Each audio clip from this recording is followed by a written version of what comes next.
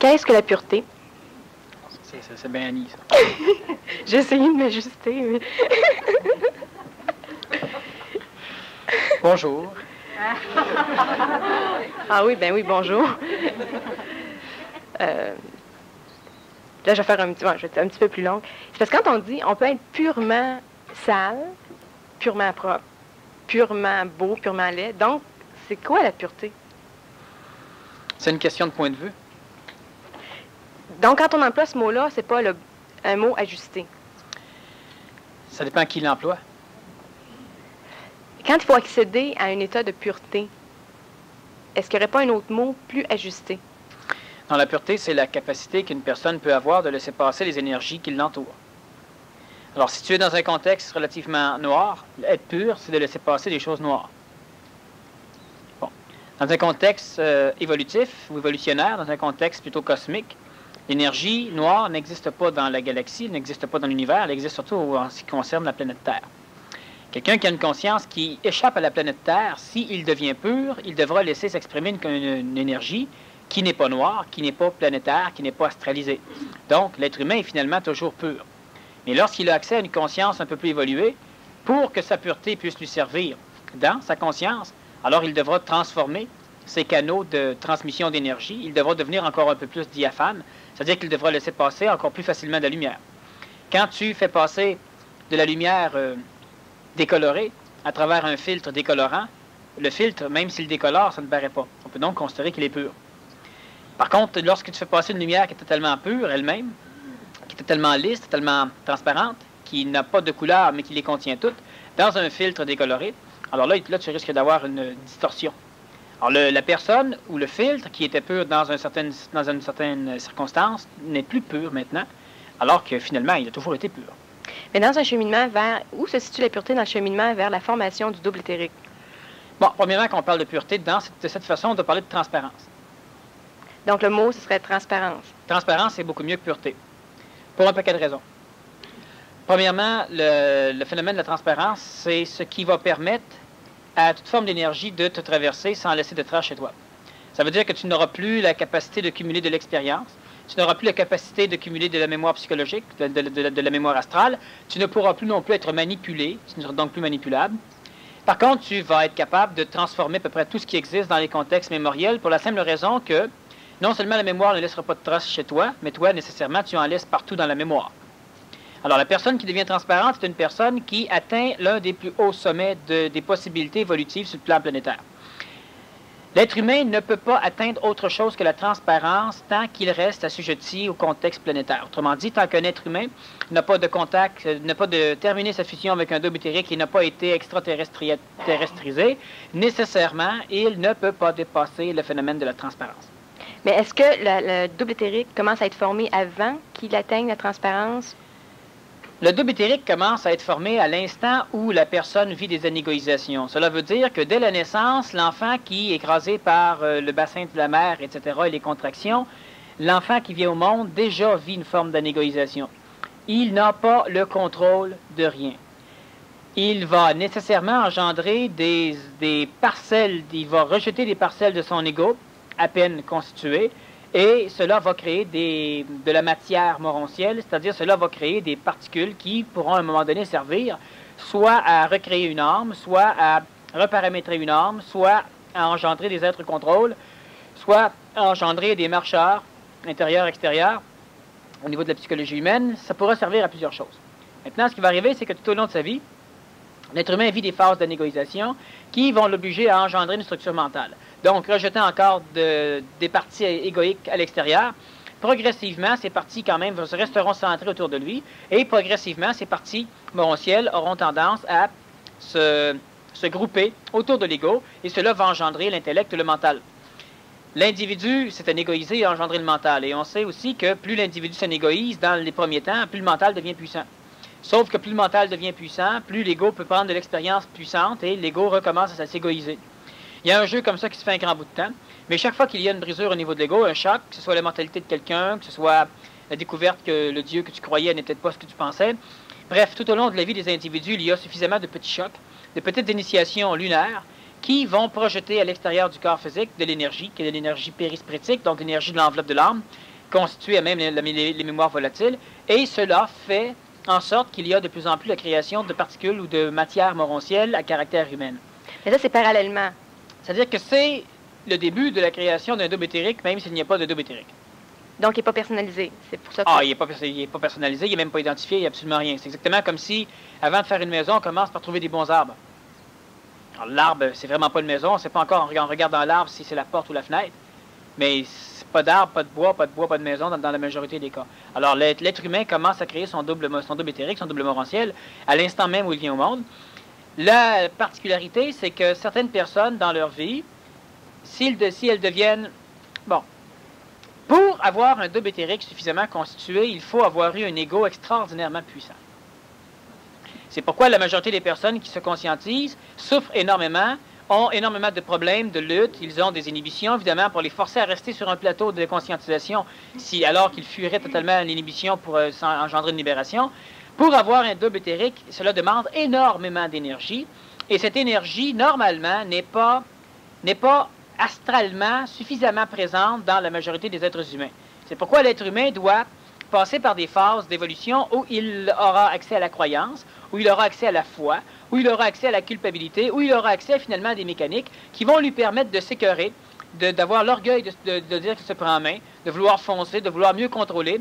Et à chaque échec, il voudra recommencer un peu mieux. Et cela va créer chez l'humain un orgueil assez phénoménal. Donc, les individus qui vivent de la conscientisation finissent souvent par développer le snobisme, de l'évolution, etc., etc., etc. Ils ont un gros orgueil. Mais une fois que ça, c'est dépensé, est-ce que c'est à partir de ce moment-là que le double éthérique commence à être formé? Bon, une fois que ça s'est dépassé... Personnalisé? Oui, bien, une fois que c'est dépassé, il va se passer effectivement... lorsque il y a suffisamment de bribes établies entre le plan supramental et l'astral et le corps, donc et le mental, lorsqu'il y a suffisamment de descente d'énergie supramentale, suffisamment codifiée par l'ajusteur de pensée pour qu'elle ne soit pas trop connue, trop su de l'astral, lorsque cela se fait, il y a début d'agglomération de particules et à un moment donné, évidemment, il y a la création d'une entité morontielle qui est absolument fondamentale dans l'élaboration d'un double éthérique qui un jour sera personnalisé, identifié, reconnaissable même par l'ego et reconnaissable par le mental, et qui aura la capacité de ne pas rester totalement volant, planant dans le plan morontiel, mais qui pourra aussi venir se souder à l'humain, donc se fusionner à l'humain. Parce qu'il y a des êtres humains qui sont capables de créer des doubles éthériques qui n'ont pas la capacité de se fusionner avec l'humain. Ça, c'est un problème parce que dans l'Antiquité, il y a plusieurs personnes qui, à un moment donné, c'est ce qu'ils ont fait. Ils sont parvenus à un contact supramental suffisant. Ils ont vécu des parties d'anégoïsation à travers 20, 30, 40, 50 ans. Et ils ont fini par engendrer leur double éthérique, mais un double éthérique qui n'était pas tributaire d'une entité morontielle, un double éthérique qui n'avait pas été formé par la conscience, par les entités spirituelles qui, à un moment donné, peuvent réincarner la conscience astrale de l'humain. Et cela fait en sorte qu'on a un double éthérique qui te permet une communication avec le plan supramental, comme Mère a eu, comme Aurobindo a eu, comme d'autres ont eu aussi dans le passé. Il y a un double éthérique qui te permet d'avoir une bilocation de conscience, qui te permet d'avoir un vécu avec un troisième sens, un troisième cerveau. C'est comme si tu avais un œil placé dans le plan supramental qui te permettait de voir ce qui se passait dans le plan supramental, comme si tu avais une oreille qui te permettait d'entendre. Et par contre, la problématique, c'est que ton corps physique mourra. Tu n'es pas éternel encore parce que le double éthérique que tu as constitué est un double éthérique qui ne peut pas se fusionner à ton corps physique parce qu'il n'a pas été créé à partir de certains principes. Un principe qu'on va voir surtout pendant le PMC+. Donc, je ne vais pas trop élaborer dessus. Maintenant, la pureté, elle est essentielle en ce sens que nécessairement le double éthérique lui-même devra être pur. Qu'est-ce que ça veut dire être pur? Ça veut dire simplement qu'il devra être placé dans un axe particulier où il n'y aura pas réfraction ou diffraction de l'énergie. Cela veut dire que tu peux prendre une plaque de verre et la lumière la traverse directement. Si tu la courbes légèrement, une partie de la lumière va commencer à être réfléchie par la plaque de verre et une autre partie va la traverser, mais en étant bifurquée par la plaque de verre. Ta plaque de verre reste transparente, mais étant mal orientée, elle devient impure. Puis comment faire pour bien l'orienter? Il faut travailler évidemment sur la mécanique des inhibitions et la problématique, c'est que la majorité des individus qui ne sont pas encore à un niveau de communication supramentale de ce qu'on appelle le respect ne sont pas suffisamment inhibés, donc ils sont trop libérés, et de ce fait, ils devront parvenir à être inhibés à s'inhiber.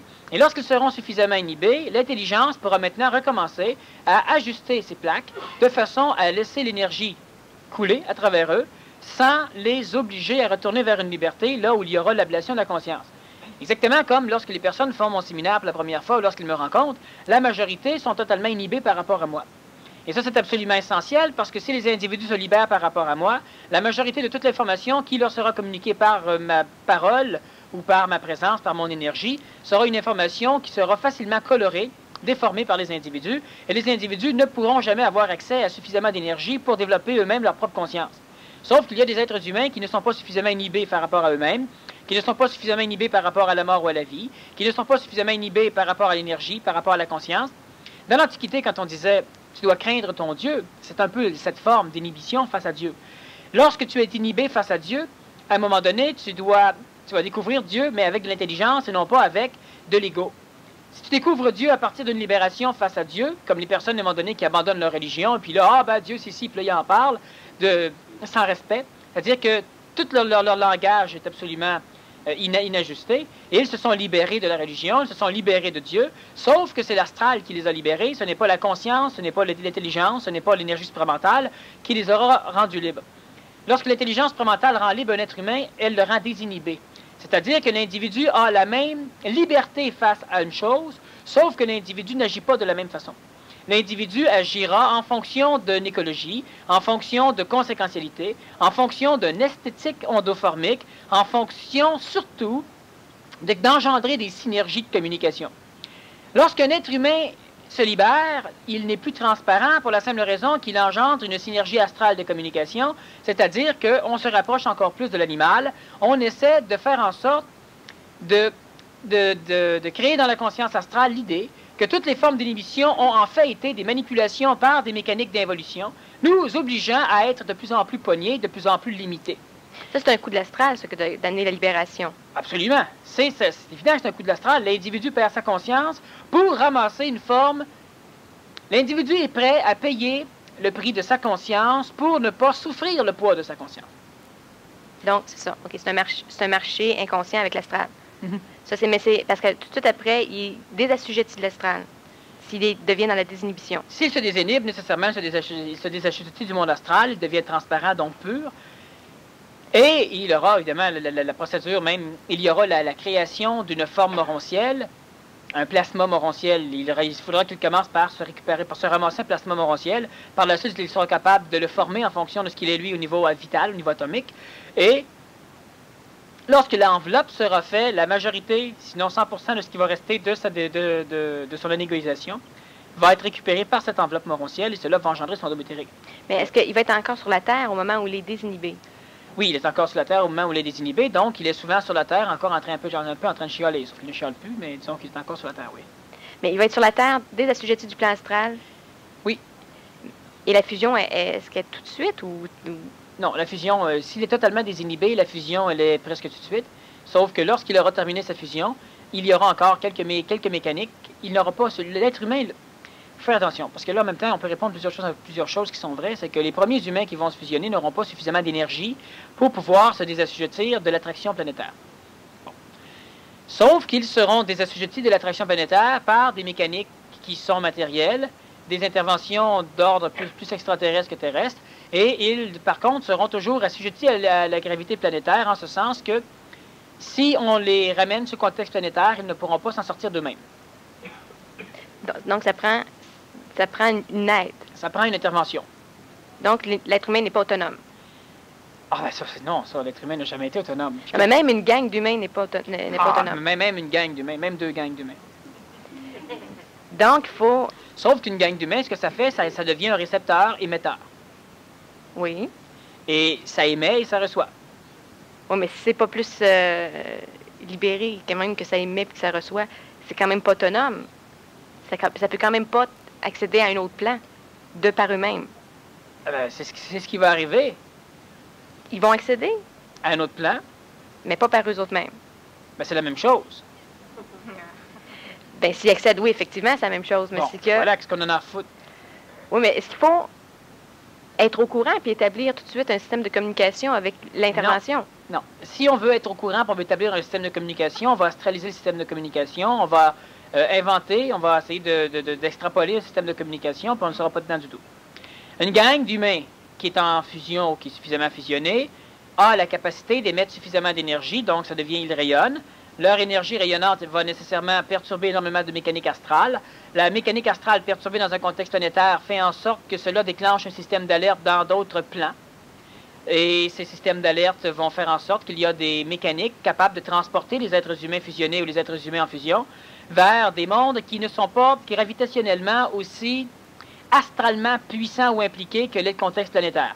Ils auront une gravité qui sera capable de ramener le système atomique à son poids planétaire terrestre, mais cela n'aura pas d'incidence sur la mémoire, c'est-à-dire que toutes les expériences qui seront vécues dans le contexte d'une planète de celle dont je te parle, l'expérience astrale ne sera pas retenue par la gravité de cette planète et elle sera toujours en train de se répartir dans l'univers. Cela veut dire que si tu vis sur une planète comme la Terre et qu'à un moment donné tu glisses sur la neige, tu tombes sur les fesses, il y a l'expérience, la mémoire de l'expérience qui, elle, est conservée très proche de la planète Terre par le système gravitationnel terrestre. Parce que l'être humain est similaire au plan planétaire de par sa constitution atomique, il aura accès lui aussi à conserver près de lui ce genre de phénomène. Mais l'être humain n'a pas accès, n'a pas la capacité de conserver autour de lui de la mémoire astrale seulement à partir de son propre corps. Il a besoin d'un contexte gravitationnel planétaire relativement énorme. Les phénomènes qui pourront transporter certains êtres humains à un moment donné vont les amener sur une planète qui, elle, est beaucoup plus creuse, c'est-à-dire que au niveau du poids matériel, de la masse, il y aura des similitudes. Donc, ton cœur n'aura pas de problème, il pompera le sang de la même façon, etc., etc. Par contre, chaque fois que tu vas vivre une expérience, la mémoire matérielle, la mémoire expérientielle astrale ne pourra pas être retenue dans le contexte planétaire et elle sera dilapidée à travers l'univers. L'avantage qu'il y a là-dedans... C'est une planète qui rend libre. C'est une planète qui ne rend pas libre, c'est une planète qui ne te rend pas esclave. Oui, c'est où? C'est dans l'univers. C'est quelle planète? Ah, le nom, ça porte un paquet de lettres, puis trois chiffres après. On sait pas, en termes de cette planète. Je parle du Soleil, de cette planète, qui porte un nom. Les astronomes n'ont pas encore trouvé de planète autour de ça. Ils sont encore trop aveugles. Mais, ce n'est pas grave de savoir où c'est par là-bas. Et ça tourne. Non, mais c'est parce que l'affaire, là, c'est que c'est jamais grave de ne pas le savoir. Est-ce qu'on peut... C'est comme si tout va nous arriver à notre insu. C'est dans la constellation du Sagittaire. Hein? C'est mieux, hein? Je vais un petit peu plus où me rendre. Savoir quoi dire au taxi. Oui, mais le problème n'est pas de savoir si tu pourras te rendre. Le problème est de savoir si ceux qui devront t'amener pourront te trouver. Ça, je comprends. Bon. Ouais, ça, je comprends. C'est pour ça que c'est préférable c'est pas important de savoir si... Non, je sais que... C'est le chauffeur d'autobus, tu sais ce que c'est, Québec. Mais pourquoi pas le savoir, nous autres aussi? Ah oui, on peut le savoir, nous autres aussi. C'est parce que c'est au niveau de la conscience. Donné, je te montrerai avec un télescope. On réservera notre... le lot. Mais c'est parce que ça a toujours l'air à notre insu. Comme là, quand est-ce qu'on peut savoir consciemment, pas astralement, mais consciemment, que notre double éthérique est en formation, où ce qui est rendu, qu'est-ce qu'il y a de l'air, communiquer avec lui. Non, mais tu sais, tant qu'à être ici... qui est-tu? Pourquoi? Absolument. Pourquoi ne pas être au courant? Oui, on peut être au courant. Moi, je suis au courant. Bon. Alors, on peut être au courant, on devient au courant. La seule chose qu'il y a, c'est que tant que c'est l'ego qui pose la question, tous les hauts courants qu'il aura, ce sera du courant... Non, ça, je comprends. Voilà. Et c'est ça le seul problème. Maintenant, c'est sûr que si tu poses des questions plus pures, tu auras aussi des réponses. Il n'y a aucun problème. Ah, je m'ajuste. Okay. Ah, ben ajuste-toi à moi. Mais là, c'est ça. Donc, comment...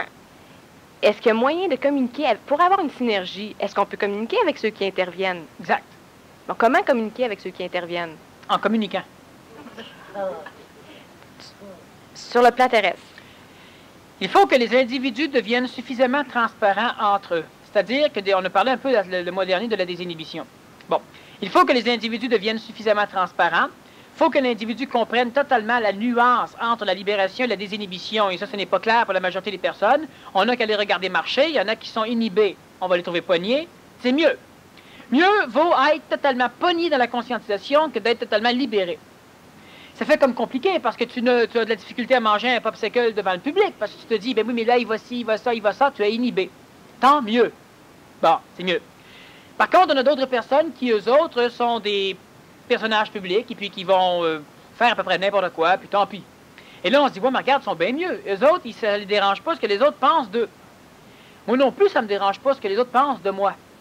Par contre, il y a suffisamment de mécaniques qui sont anti-inesthétiques, qui font en sorte qu'il y a énormément de choses qui ne peuvent être appliquées. Et cela crée plusieurs avantages, donc au niveau de la mécanique de l'inhibition, c'est que ça oblige l'individu à se désassujettir des archétypes collectifs pour engendrer des néotypes individuels.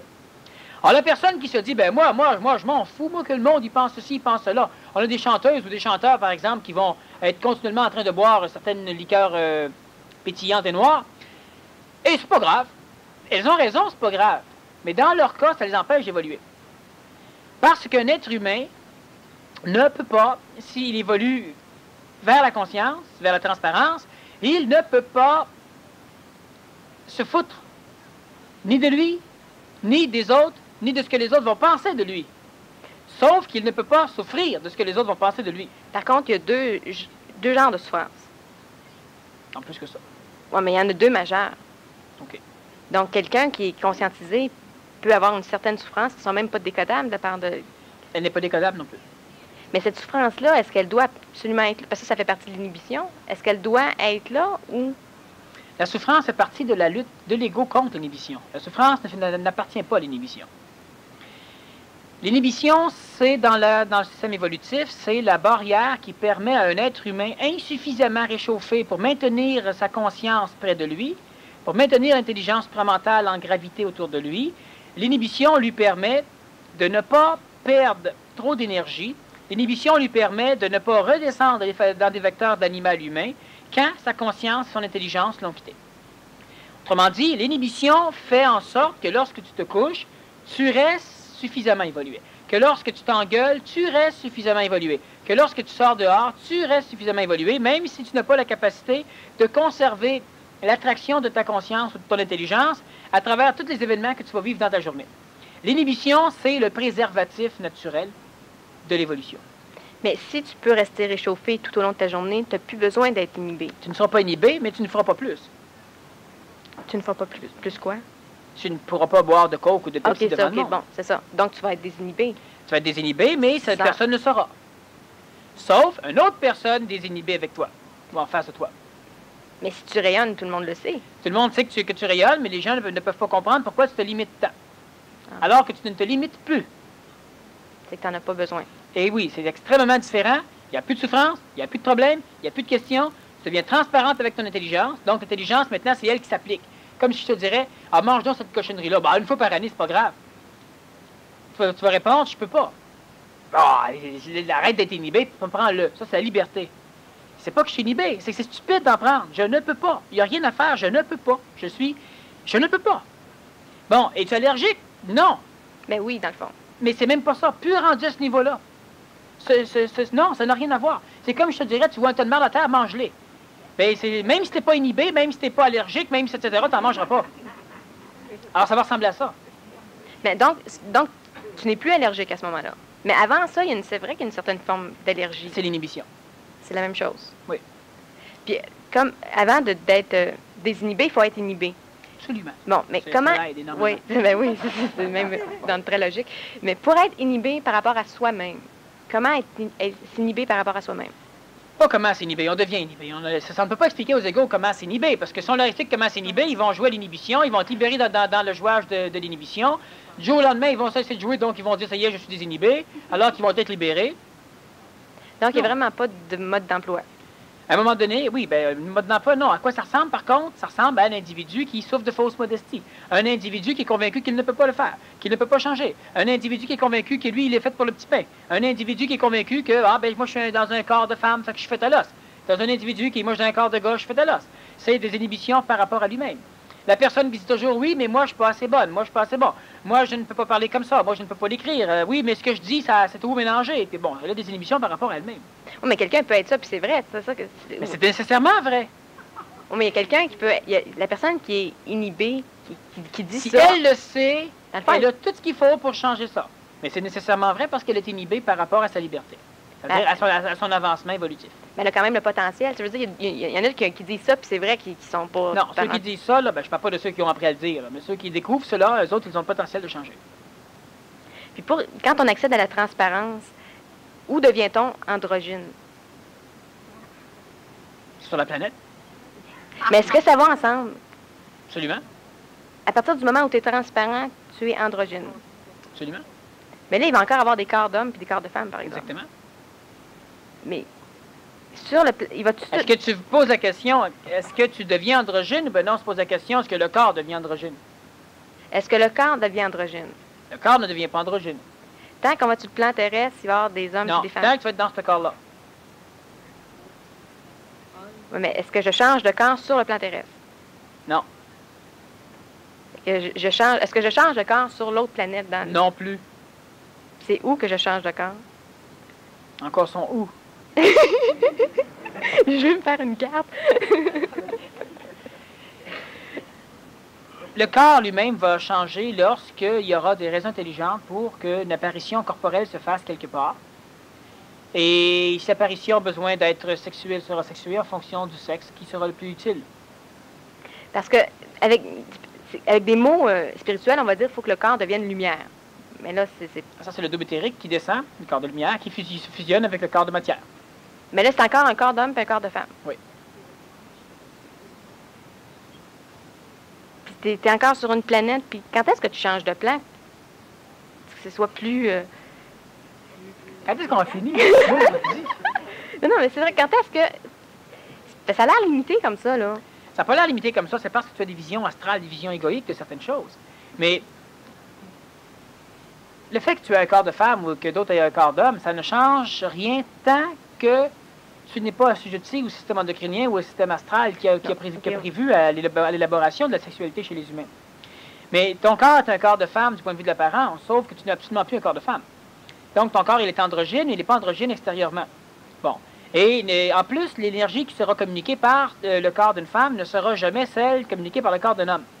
Donc, il y aura androgyna du point de vue de la mécanique sexuelle, c'est-à-dire qu'il n'y aura pas de sexualité ou de sexualité entre les êtres humains. Par contre, il y aura toujours une différence de communication ou d'accomplissement énergétique entre les différents corps, comme tu en auras de toute façon entre les corps de différentes femmes ou entre les corps de différents hommes. Mais il y aura une symbiose ou une synergie énergétique plus facilement réalisable entre un habitant d'un corps féminin et un habitant d'un corps masculin.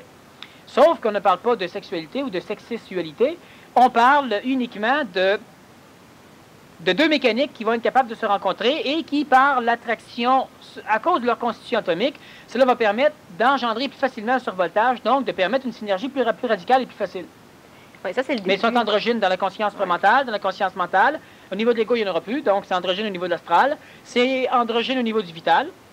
Sauf qu'il reste des mécaniques différentes au niveau du corps physique, de par leur constitution.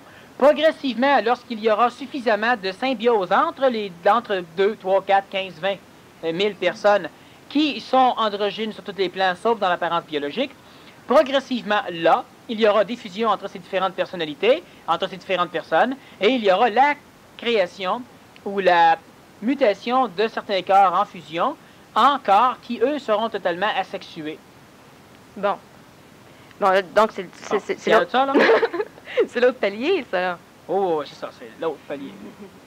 Puis là, qu'est-ce qui se passe quand tu as ce palier-là? Ah, ben, on joue aux échecs. Donc, rendu à ce palier-là, un corps va être formé de plusieurs corps terrestres. Donc, c'est là que les doubles éthériques ils rassemblent de plus en plus de personnes pour arriver... Se fusionnent ensemble? Bon, c'est ça. Mais ça, c'est-tu bientôt ou c'est... Oh, oui. C'est ça, là, on retourne. C'est ça, après ça, là, une fois qu'on est 4, 5 ou 10 000 ou qu'on forme un corps... On est un. On est un. Donc, c'est pour tourner à un. Mm-hmm. Non, mais c'est ça, mais c'est encore... Pas une. En tout cas, Uno, Una. Mais c'est quoi? C'est ça. Puis là, qu'est-ce que ça fait, là? À quoi ça... La 1, là, qu'est-ce qui se passe avec le 1? Il se passe des choses que la conscience de l'homme et de la femme ne peut pas comprendre. On peut aussi bien de revenir à la fusion. Non, dépendant des questions que tu peux poser, on peut en parler un peu, mais il se passe des choses que l'homme et la femme ne peuvent pas comprendre. Il y a, premièrement, ingestion. Bon, premièrement, lorsque l'être humain parvient à cette forme de transparence, il y a d'énormes dangers sur le monde dans lequel il vit, pour la simple raison que toutes les forces astrales vont s'arranger pour perturber au maximum pour étendre au maximum le couvert de l'astral sous contexte planétaire de façon à couper l'entrée supramentale. Il y a dans le contexte planétaire actuellement, comme en Amazonie, sur certains océans, dans le désert du Sahara, et dans d'autres formes de désert, Gobi, Terre de Feu, etc., pôle Nord, Arctique, Antarctique, il y a énormément d'endroits où il y a insuffisamment d'humains, ce qui fait que la couche atmosphérique qui est égrégorisée, qui est astralisée, est extrêmement mince. C'est surtout par là que rentre la mécanique supramentale.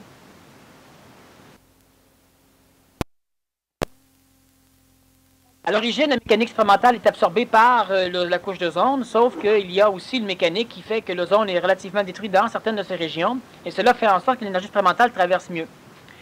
Par contre, ce que l'on doit comprendre, c'est que pour empêcher l'énergie supramentale de continuer à pénétrer pour venir toucher les êtres humains, plus s'il y a un grand remous dans l'astral planétaire, il y aura suffisamment de vagues dans l'astral pour que toutes les couches redeviennent plus ou moins homogènes pendant un grand laps de temps, et cela va permettre d'obscurcir la surface de la planète Terre du point de vue supramentale dans sa presque totalité. Et pour que cela arrive, il faut que l'être humain souffre énormément, que l'être humain saillisse, se déteste, s'engueule, se tue, se fasse la guerre, etc. Et présentement, nous sommes dans un laps de temps planétaire où rien n'est déterminé. Disons que 99% des trames nous mènent vers un conflit militaire global. Et les grandes puissances s'assoient ensemble maintenant pour parler de paix.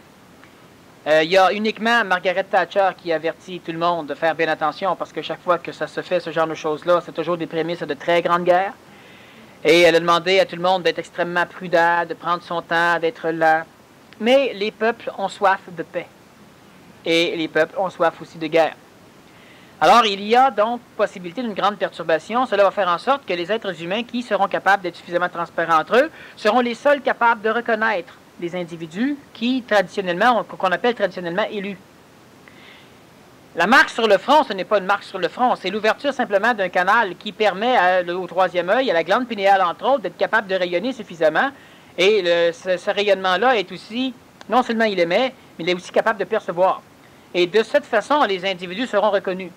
Quand dans les antiques théologies, on parle d'intervention extraterrestre ou d'intervention divine, c'est le même phénomène, des personnages, des personnalités qui vont venir ramasser ces êtres humains-là, et ils devront reconnaître les humains. Bon, alors même si on veut savoir où on va, l'important c'est au minimum d'être reconnaissable. Et on ne peut pas être reconnaissable par les bonnes actions que l'on fait, on ne peut pas être reconnaissable par les dons que l'on aura fait, par les guerres que l'on aura fait, par les découvertes scientifiques que l'on aura fait. On ne sera reconnaissable que par le rayonnement de la glande pinéale, donc le troisième cerveau supramental, qui lui n'est mis en opération uniquement que par le biais de la transparence, c'est-à-dire le biais de la fission de l'ego, le biais de l'anégoïsation réelle, et l'être humain qui parvient à cela sera un être humain qui, dans la Bible, on va dire par exemple, que les mécaniques seront tellement puissantes que même les élus pourraient être trompés s'ils le pourraient. S'ils le pourraient, oui. L'avantage qu'il y a, c'est que parce que tu vois, tous ceux qui auront la même puissance qu'une personne en contact supramental fusionnel, ces personnalités qui, s'ils sont fausses, ne rayonnent pas. Donc, tu pourrais te laisser berner par leurs paroles, par tout ce qu'ils font, par tout ce qu'ils disent, par tout ce qu'ils pensent, par tout ce qu'ils savent, mais ces personnes ne rayonnent pas.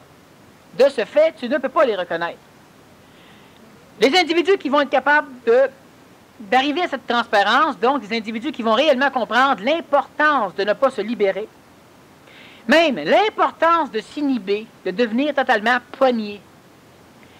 Ces individus qui vont comprendre l'importance de s'inhiber pour, par la suite, vivre une désinhibition en fonction uniquement d'eux-mêmes, en fonction de certains autres individus à caractère rayonnant, en fonction de certains événements endophomiquement énergisants, en fonction de certains contextes planétaires, paysages, etc. L'individu, autrement dit, capable de rayonner le respect, un respect tel que même ceux qui ne se respectent pas vont être obligés, pendant sa présence, de se respecter eux-mêmes. Ces individus ce sont des individus qui s'anégoïsent et qui vont engendrer un contact avec leur double éthérique et qui sont capables de se fusionner à lui. Mais quelqu'un peut être en contact avec le plan supramental? S'il provient du plan supramental, oui. Mais je parle en étant faux? Il est réel, sauf que ce n'est pas un être conscientisant, c'est un être descendant. C'est une mécanique qui provient du plan supramental, qui descend un doigt d'intelligence supramentale à l'échelle du contexte planétaire, mais il y a, soit qu'il n'y aura pas de corps astral, de corps mental, il n'y aura pas d'ajusteur de pensée, il n'y aura pas de corps vital pour permettre le rayonnement matériel, ou soit qu'il y aura dans les corps humains qui seront volés, trop d'ego. Cela va faire en sorte que tu ne pourras pas croire.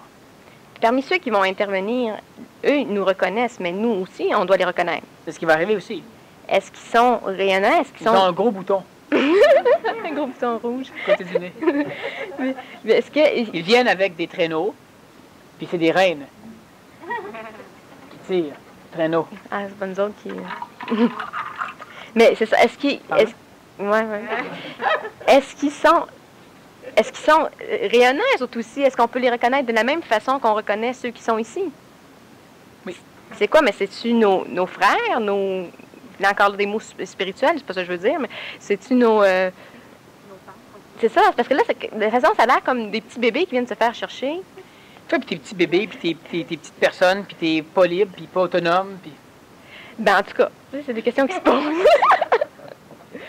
Quand la poule couvre l'œuf, est-ce qu'elle s'aide elle-même ou si elle aide l'œuf? Ben, les deux. Bon, ben voilà. Sauf que toi, tu parles toujours des parents qui viennent chercher les petits bébés. Ben oui, mais c'est parce que je voudrais bien être au courant. Pose des questions. Puis comment les reconnaître?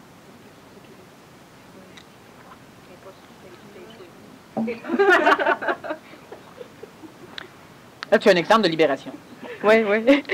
Comment les reconnaître? Comment me reconnais-tu? C'est difficile de mettre des mots, mais je sais. C'est ça, voilà. Mais ça va être la même chose. C'est ça, en plein ça. Savoir instrumental, c'est quoi? C'est ça, tu vas savoir. Quand on te dit, ben prouve-moi-le. T'as rien à foutre, t'as rien à prouver. Tu vas le savoir, ça va être évident. Mais ton ego te dit, oui, mais comment puis-je faire confiance à mon savoir si dès le départ, je ne suis pas sûr que je sais? Comment me faire confiance à moi-même, l'inhibition par rapport à toi? Mais cette inhibition, elle va aussi tomber à un moment donné, il n'y aura plus de problème. Les êtres humains, dans la conscientisation, doivent s'inhiber extrêmement puissamment en face d'eux-mêmes, et nécessairement, ils seront inhibés en face de l'extérieur. Hein? Je connais des individus, moi, qui sont extrêmement puissants, et ce sont les plus parfaits imbéciles que je n'ai pas côtoyés. Bon, oui, mais d'autres.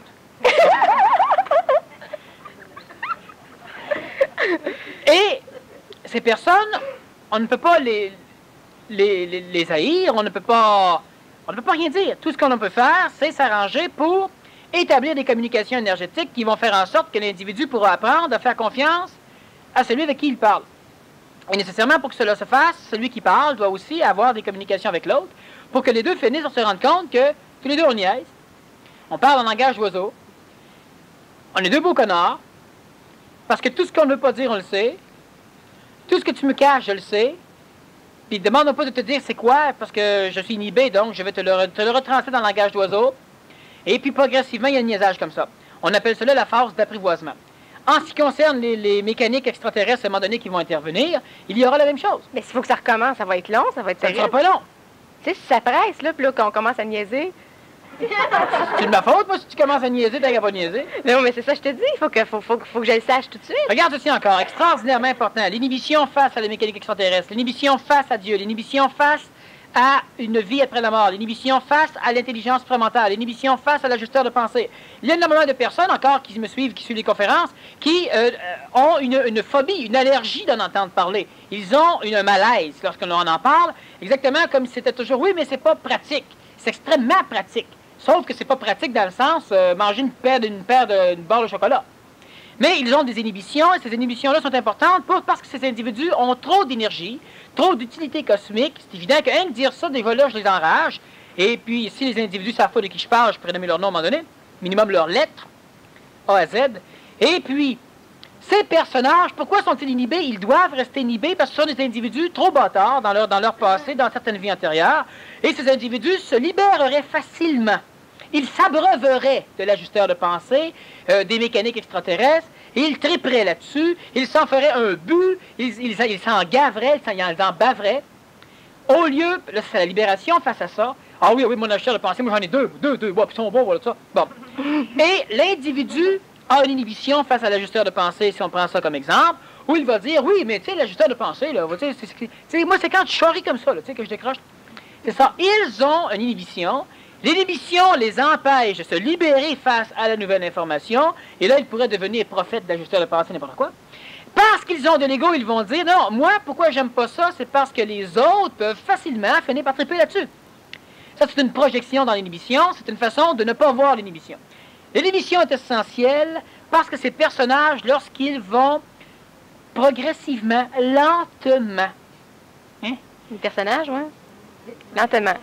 Lorsqu'ils vont lentement atteindre un savoir instantané de ce que c'est que l'ajusteur de pensée, de ce que c'est que les mécaniques que je parle, ils ne pourront pas tomber dans la libération face à cela. C'est pourquoi ils sont totalement inhibés, c'est pourquoi c'est comme pénible d'en entendre parler ou d'en parler, pour la simple raison qu'ils ont l'inhibition là-dessus, et c'est essentiel qu'ils l'aient, parce que dans le passé, ils ont joué les rôles de grands prêtres, ils ont joué des rôles de déesses ou de dieux, ils se sont pris pour les mécaniques. Et là, ce qu'ils vont dire, c'est que j'ai peur qu'autrui finisse par, ils ont peur eux-mêmes par une peur non colorée, c'est-à-dire que c'est transparent, on ne peut pas la voir, c'est ça l'inhibition, et c'est essentiel. C'est pour que même si tu dis oui, mais ça peut prendre du temps, imagine-toi que là, il y a une bombe nucléaire qui s'en vient direct sur ta caboche, il y a un vaisseau spatial qui atterrit, puis là, ben là, ça te prend 300 ans à décoder ou à l'apprivoiser, ou etc. Ouais, c'est ça, non? Ben oui, mais commence aujourd'hui. Oui, OK, mais ces personnages-là, je comprends. Eux, il faut qu'ils demeurent inhibés. Pour l'instant. La majorité des personnages, comme la majorité des personnes qui font partie du groupe des chefs, la majorité, c'est des personnes extrêmement inhibées. C'est essentiel qu'elles soient inhibées, parce que sinon, elles se libéreraient.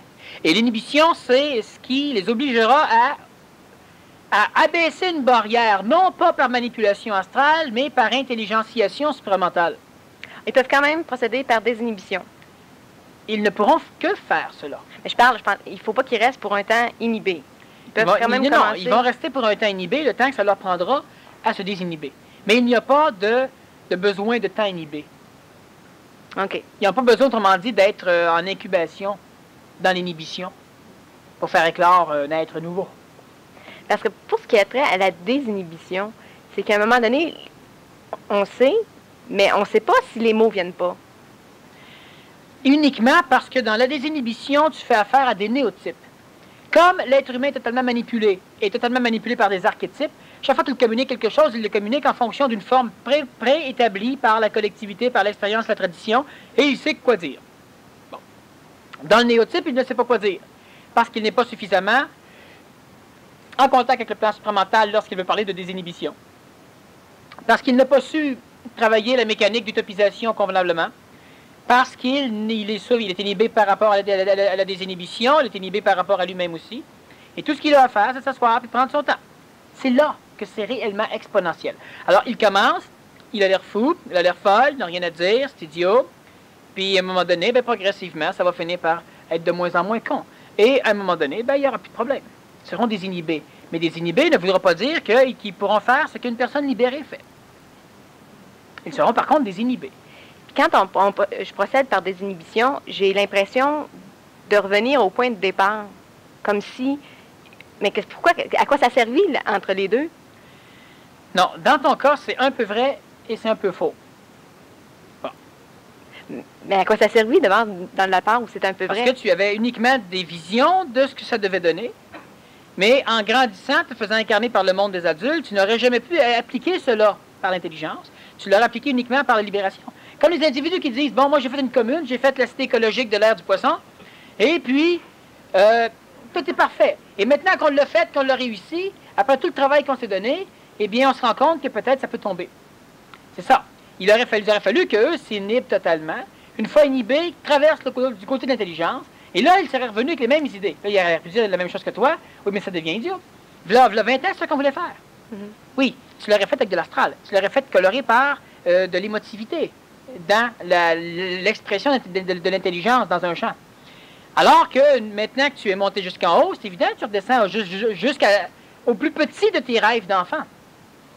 Mais maintenant, c'est l'intelligence qui dirige la chose, ce n'est pas l'astral et les mémoires réincarnationnelles de toute l'humanité. D'où la majeure nuance. C'est-à-dire que quand je me souviens, finalement, je suis colorée dans ce temps-là, c'était plus astral que maintenant. Donc, c'est pas vrai que je reviens... Non, absolument pas. Mais tu redescends dans le même aquarium. Mais tu es dans un scaphandre, tandis qu'avant, tu étais en costume de bain, c'est tout. Mais ça, est-ce que c'est la même démarche pour tout le monde qui passe par la désinhibition? Oui, un homme et une femme désinhibés, l'un par rapport à l'autre, ne pourront jamais avoir de relations sexuelles. Sauf s'ils ont d'un commun accord décidé de procréer. Alors là, il y a déjà 95% des hommes ici, là, ils sont très très loin de la désinhibition. Hein. N'empêche, quand on parle de désinhibition, c'est pourquoi ça devient extrêmement important, quand tu parlais de pureté tout à l'heure. On ne peut pas entreprendre l'idée de la désinhibition en fonction uniquement d'objectifs astrales. Mais c'est ça, mais il n'y en a pas d'objectif finalement. Il ne peut pas y en avoir. Donc, on est poussé à se désinhiber, c'est tout. Par l'intelligence. Mais les objectifs, tu les connais. Certains ici vont les connaître, ne pourront jamais en parler. Ça fait partie des mécaniques énergétiques qui ne peuvent pas, qui ne doivent pas être communiquées à l'homme. L'homme, la femme ne doit pas apprendre ces mécaniques parce que si elle les apprend, elle ne pourra jamais les appliquer. La démarche que tu fais pour découvrir la chose, c'est la chose. Oui. Alors, si je te l'apprends, tu ne peux pas faire la démarche pour découvrir la chose. Donc, tu n'auras que de l'information sur la chose, mais tu n'auras jamais la chose. Et il y a énormément de mécaniques de ce genre qui ne peuvent pas être amenées par un orateur à l'être humain, qui ne peuvent qu'être découverts seuls ou en communication 2, 3, 4, 5, 6 personnes, seulement si les 4, 5, 6 personnes travaillent, parlent, communiquent. Tu n'as pas un dans le lot qui est là comme observateur. Il va inhiber tout le groupe. Donc, ça ne fait pas partie de l'inhibition. Ça ne doit pas être dit. Ça fait partie de l'inhibition chez l'humain. Et quand l'humain devient désinhibé, il n'en parle pas plus. Mais il faut toujours bien que ce soit nommé pour que ce soit su. Pour l'ego, oui. Bien, c'est ça, mais donc, il faut que ce soit dit. On s'en fout, non? Donc, rester dans le flou de même, est-ce qu'on reste... Ce n'est pas dans le flou, ce n'est pas dans le flou. Il y aura des choses qui seront actées dans le corps physique, de façon à créer des liaisons, des ponts dans le corps physique, au point de vue d'une désinhibition, donc de l'engendrement d'une synergie de communication. Il y aura des parties de communication dans le plan vital qui pourront aussi être nommées, qui seront aussi perceptibles vitalement. Il y aura des communications dans le plan astral, d'un astral de plus en plus pur, qui sera aussi nommé, qui pourra aussi être perçu au niveau de certaines formes de vibrations sentimentiques. Il y aura une communication mentale qui, elle, sera intimement nommée. Et il y aura une communication, donc, énergétique mentale. Il y aura une communication supramentale qui, elle, ne sera pas nommée, mais qui sera dégustable. Et il y aura des communications dans d'autres plans qui, ceux-là ne seront jamais nommés parce que ça ne regarde pas le plan de l'ego. C'est comme si l'ego dirait « J'aimerais connaître tous les mots pour savoir ce qui se dit en haut. » Donc, mais c'est quoi l'impression de devoir dire quelque chose qui ne sort pas? Si ça doit Je pas me être nommé? demande d'expliquer à un aveugle de naissance qu'est-ce que c'est que la couleur jaune. Oui, mais pourquoi que l'aveugle n'aura pas en lui l'idée de la couleur jaune? Il l'a pas. Non, mais c'est ça. Mais pourquoi qu'en moi, d'abord, il y a une impulsion de dire des choses qui ne doivent pas être dites? Je ne devrais pas même pas avoir l'impulsion? Oui, tu auras l'impulsion. L'impulsion est la mécanique attractive qui oblige cette énergie à venir chez toi. Donc, il faut que ce soit... Il y aura énormément de choses qui seront télépathiquement communiquées. Ce ne sera pas dit, il n'y aura pas de mots. Non, ça oui. J'expliquais dernièrement à une personne, et seuls les individus qui comprennent bien la désinhibition comprennent ce que je dis. Tu es complètement nu, tu te promènes avec un homme dans la forêt, vous êtes totalement bien, et à un moment donné, vous êtes désinhibé, à un moment donné, tu vois une boîte de conserve écrasée sur le bord du chemin. Et la seule chose qui vous passe par la tête, c'est de vous rhabiller. Alors vous étiez pur et désinhibé. Le paysage devenant inajusté à ce que vous êtes, fait que vous vous ajustez à ce qu'il est. Une personne libérée s'en foutrait. Mais la désinhibition, c'est quelque chose qui est beaucoup plus esthétique, beaucoup plus vibrant, beaucoup plus sentimentique. C'est au-delà de ce que tous les archétypes planétaires ont pu amener. Alors, il y a vraiment une nuance majeure entre la libération et la désinhibition, même si de temps en temps, on va dire que c'est similaire. Ce n'est pas similaire. Il y a plusieurs subtilités qui devront uniquement, lorsque les cerveaux des individus développeront cette subtilité, qui pourront être, ces subtilités-là de la désinhibition pourront être perçues et vues et compris. Sauf que dans la majorité des cas, les individus ne pourront pas parler de la chose.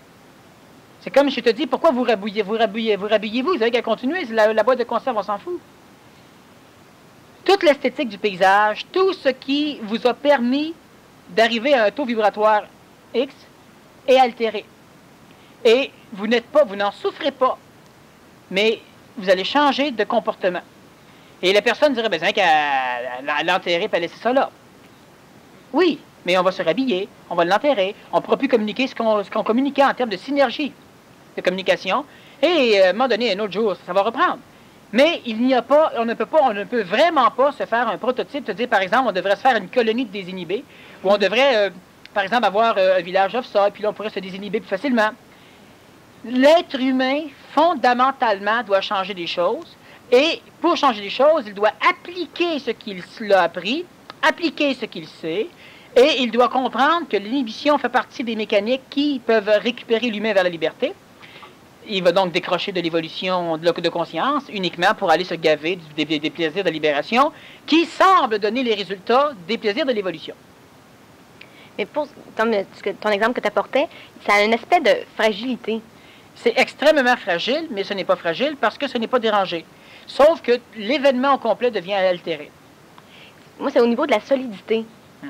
C'est que plus tu évolues, puis d'un certain point de vue, c'est comme plus tu deviens faible, parce que plus tu es allergique à vivre sur la Terre. Parce que dans l'évolution au-delà de la pointe qui permet l'exponentialité, l'évolution solaire est une évolution qui est totalement à l'inverse de l'évolution lunaire. La majorité des qualités dans l'ère du Poisson sont des défauts dans l'ère du Verseau. La majorité des défauts sont des qualités de l'autre côté. Alors tu vas dire, effectivement, l'homme a toujours travaillé pour être solide. Bon, ne pas être dérangé par ceci, etc. C'est essentiel pour l'amener à la désillusion suprême, parce que lorsque l'homme travaille pour ne pas être dérangé, c'est qu'il travaille pour contrôler. Lorsque tu es rendu à la désillusion suprême, tu peux maintenant goûter à d'autres formes d'énergie, parce que tu as accumulé suffisamment d'orgueil pour te permettre de transcender, de passer de l'autre côté. Et de l'autre côté, l'être humain devient un être qui n'est pas faible, mais un être qui est sensible. Mais sa sensibilité n'est pas une sensiblerie, sa sensibilité ne le détruit pas, ne le dérange pas, mais nécessairement, l'être sera en perpétuel ajustement sans travail. L'être ne souffrira pas. Il sera aussi bien avec ses vêtements devant la boîte de conserve rouillée sur le sol que nu sans boîte de conserve rouillée sur le sol. Alors, du point de vue de l'ego qui ne comprend pas la désinhibition, qui lui essaie de transposer ça dans la libération, il va voir là de la faiblesse. Il n'y a pas de faiblesse parce qu'il n'y a pas d'objectif chez celui qui est désinhibé, transparent pur, donc en fusion. Il n'y a pas d'objectif. Donc, il n'a pas le besoin de préserver un événement, de préserver un cadre, ce n'est pas de l'émotivité. Mais la peine, c'est l'ego qui a de la peine. Dans le fait que... À ce niveau-là, il n'y a plus de peine. Mais dans le début, tant que l'être humain est confronté continuellement à devoir séparer les désirs désinhibés, donc les désirs de libération de l'ego, de ce qu'il aura, les visions qu'il avait aussi, parce qu'un être humain évolué, ça devrait normalement être un être humain qui on a plein d'idées, hein? C'est ça le problème. Si ces idées-là sont balayées du revers de la main ou encore du bon côté de la main, la personne qui est rendue suffisamment inhibée n'aura plus cette souffrance. Et c'est parce qu'on est toujours confronté à réincarner des mémoires de l'avenir, colorées par nos désirs et nos espoirs du passé, colorées par nos écœurements réincarnationnels des phases évolutionnaires de l'humanité. Et à travers cela, on est toujours un peu impatient d'y arriver, un peu écœuré de ne pas y être, un peu déçu d'être pogné comme ça, un peu, etc. Parce que si tu es dans un environnement auquel tu es allergique, c'est logique d'avoir une certaine souffrance. C'est pas logique, mais tu en auras une. Sauf que si tu es allergique à l'environnement, c'est parce qu'il y a une inhibition face à l'environnement. Mais l'être désinhibé, lui, ne sera pas allergique, ne souffrira pas, mais agira exactement comme celui qui est inhibé. L'avantage de l'inhibition, c'est qu'elle te permet d'agir comme si tu étais évolué. Jusqu'à temps que tu le deviennes. Oui, alors c'est évident qu'à l'intérieur, c'est pas confortable du tout, c'est souffrant. Prends un homme inhibé en face d'une femme, il ne pourra pas lui faire la cour, il ne pourra pas l'éviter à coucher, il ne pourra pas la traiter comme la majorité des mâles traitent les femelles. La journée qui finit par la connaître assez, que s'apprivoise et que ça s'en va vers la libération, et c'est réglé. Là, il va pouvoir la manipuler, la coucher avec elle, faire un paquet de cossins. L'inhibition te permet d'agir comme si tu étais évolué. Alors, tu rentres quelque part et tu es tout gêné, l'ego transpire, bon, etc. Sauf que tu vas agir d'une bonne façon. Quand les acteurs, ou les actrices ou les chanteurs, chanteuses disent « le track, c'est bon, ça nous évite de faire des conneries sur scène », l'inhibition fait en sorte qu'ils agissent comme s'ils se contrôlaient. Okay. Mais élimine l'inhibition, une gang de cons. Il y en a de temps en temps qui étaient totalement désinhibés puis totalement libres. Hein, il y en a un qui avait fait, il avait dit à quelqu'un, si vous faites quelque chose de plus cochon, de plus chiant, de plus que moi, je vous donne 5000$. Il y a un gars qui est monté en haut, ses culottes, puis il a fait ses besoins sur la scène. Puis l'acteur, il a mangé ses besoins sur la scène. Fait que, il a gardé son 5000$. Et c'est un bonhomme qui fait toujours ses spectacles totalement ivre d'alcool. Maintenant, il n'en fait plus, là.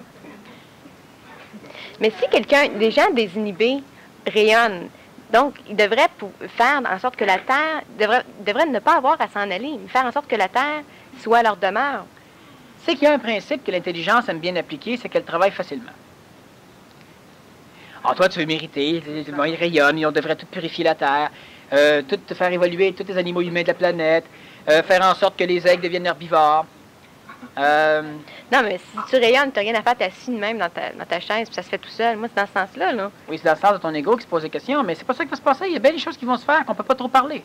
À moins que tu poses des questions plus claires, plus pures. Mais là, ça, est-ce qu'il faut... Des questions d'ego. Mais est-ce qu'il faut les poser, ces questions-là? Si elles se posent, on verra s'il faut les répondre. Parce que si tu tu deviens transparent puis tu t'en vas ailleurs, mais est-ce que tu es relié? Est-ce que tu es relié à la Terre puis tu continues ton travail de là-bas? Non, quand l'être humain, quand le corps physique va être transporté, l'humain ne travaillera plus sur la Terre. L'humain va travailler uniquement pour la Terre, ne travaillera pas sur la Terre, et il va travailler pour la Terre sans avoir à penser à la Terre. Bien, il va travailler pour la Terre, finalement. C'est ce que j'ai dit, sans avoir à penser à la Terre. Donc, l'humain va être capable de continuer à vivre ses synergies, mais c'est parce que ça n'a tellement rien à voir avec ce que tes archétypes peuvent vouloir te transmettre. C'est comme de dire, l'humain qui n'a plus besoin de sommeil et qui ne dort plus, sa vie devient 2 fois plus plate. L'humain qui n'a plus besoin de manger, plus besoin de s'alimenter, plus besoin de cultiver, plus besoin de chasser.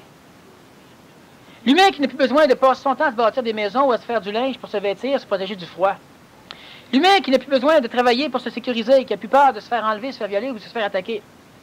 L'humain qui prend l'avion et qui est sûr que même si l'avion s'écrase, il va être dans pleine forme. L'humain qui n'a plus de raison de passer sa vie à fuir la merde planétaire. Non, moi, ça va être quoi sa vie? Il va se suicider? Non, moi, ça, là, c'est pas... Non, moi, c'est qu'est-ce que ça va être? Ou qu'est-ce que c'est déjà? Le problème, c'est que tu le sais en partie. Bien, c'est ça. Et tu me demandes de faire ton travail. Bien, parce que j'ai pas les mots. Alors, faut tu as les mots au minimum pour poser les questions convenablement. J'ai même pas les mots pour ça. Mais je sais, c'est pour ça que ça m'arrange. T'as pas besoin de répondre. C'est de ma faute, toi. Non, il faut qu'on reparte sur un autre échelon. Comme la deuxième partie, on pourra repartir sur la pureté. Et puis, on va aller visiter un autre chemin de la mécanique. Et puis, à un moment donné, il y aura des choses. Ce qui était très, très, très important à comprendre. Et à un moment donné, je faisais une farce. Hein? Je disais, avec plusieurs séminaristes, le problème, c'est que quand on parle de quelque chose de pratique, la farce, c'était simplement ceci. L'intervieweur me posait une question, puis je lui disais, ah oui, mais là, c'est bas pas mal, c'est bas, ça, là, tu sais, c'est pratique qu'ils peuvent appliquer ça, fait que c'est bas, le monde n'aime pas ça. C'est pas une question plus... Je les pose une question, là, ben haute, ah, ça, c'est bon, ça, ce n'est pas à comprendre la réponse, ça, ils vont aimer ça, c'est bon, ça. Là, c'est haut, là, bon. Et ça crée un maudit problème, à un moment donné, parce que énormément d'humains sont extrêmement proches, puis ceux-là continuent encore à se plaindre, à rouspéter, à chialer, à chercher, alors qu'ils ont déjà tout ce qu'il faut chez eux pour appliquer déjà des choses. Et on peut aller grimper et s'en aller. Il y a des questions que tu posais, tu les posais mal, on n'a pas répondu. C'est bon. Parce que ces questions-là répondues amènent de l'énergie. C'est bon.